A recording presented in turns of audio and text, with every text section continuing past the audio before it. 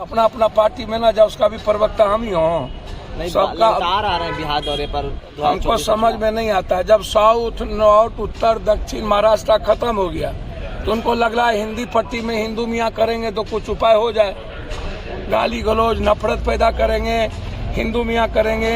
अब जैसे अभी बीजेपी वाला छपरा में कांड करवा रहा, हमको समझ में नहीं आता है। अपराधी अपराधी होता है ना, कोई जाति होता है वो।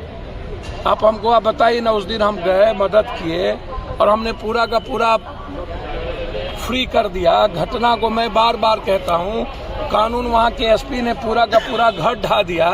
ये जो नया नया यूट्यूबर सब बना करके किसी यादव की लड़की, किसी राजपूत की लड़की, किसी कोई इन लोगों पर कार्रवाई क्यों नहीं हो रही है? इन लोगों पर मुकदमा करके बंद करे कि कौन है यादव सेना, ये करनी सेना, तो ये सेना क्यों? नीतीश कुमार जी अभी तक, तेजस्वी जी कहाँ है? छपरा जाना चाहिए था उनको, इतनी दोनों परिवार से मिलना चाहिए था। कहाँ आप बिना जो आप A to Z की बात करते हैं और फिर आप सीमित हो जाते हैं, कभी शरद जी में, कभी भूल जाते हैं साहबुद्दीन जी को। आप इतनी बड़ी घटना यदि घटी, घटना जिस कारण से घटनी, घटना को किसी भी कीमत पर उसके पीछे कारण क्या है नहीं है, जो वीडियो वायरल हुआ है वो दुखनीय है। उसके बाद जो फिर घटना घटी वह बहुत ही गलत घटना घटा। एकदम सैकड़ों मोटरसाइकिल लेकर के आप किसी सेना के हवाले आप कानून को कर दीजिए।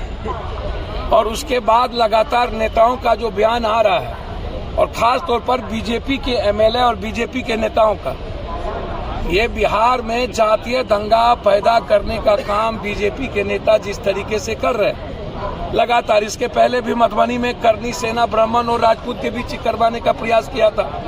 उस वक्त भी मैंने कहा था कि ये गलत है। आप होते कौन है?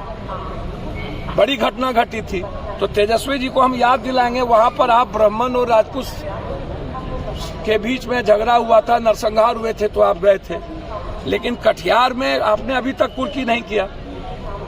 कटिहार में कुर्की क्यों नहीं हुई, ये हम जानना चाहेंगे।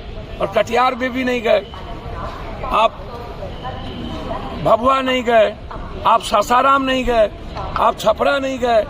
छपरा में इतना बड़ा शराब की घटना घटी तो आप लगातार जो लोग, जो भी कोई किधर से भी गाली गलौज और नफरत की भाषा का प्रयोग कर रहा है, उनको अविलंब साइबर एक्ट के तहत अधिकारियों के द्वारा लगातार अधिकारी तो रोपिएगा बबूल। अब 20-20, 30-30, 40 साल से बैठा के रखिएगा। 10 ठो सबसे ज्यादा काबिल अफसर यही लोग हैं और काबिल अफसर बिहार में नहीं है।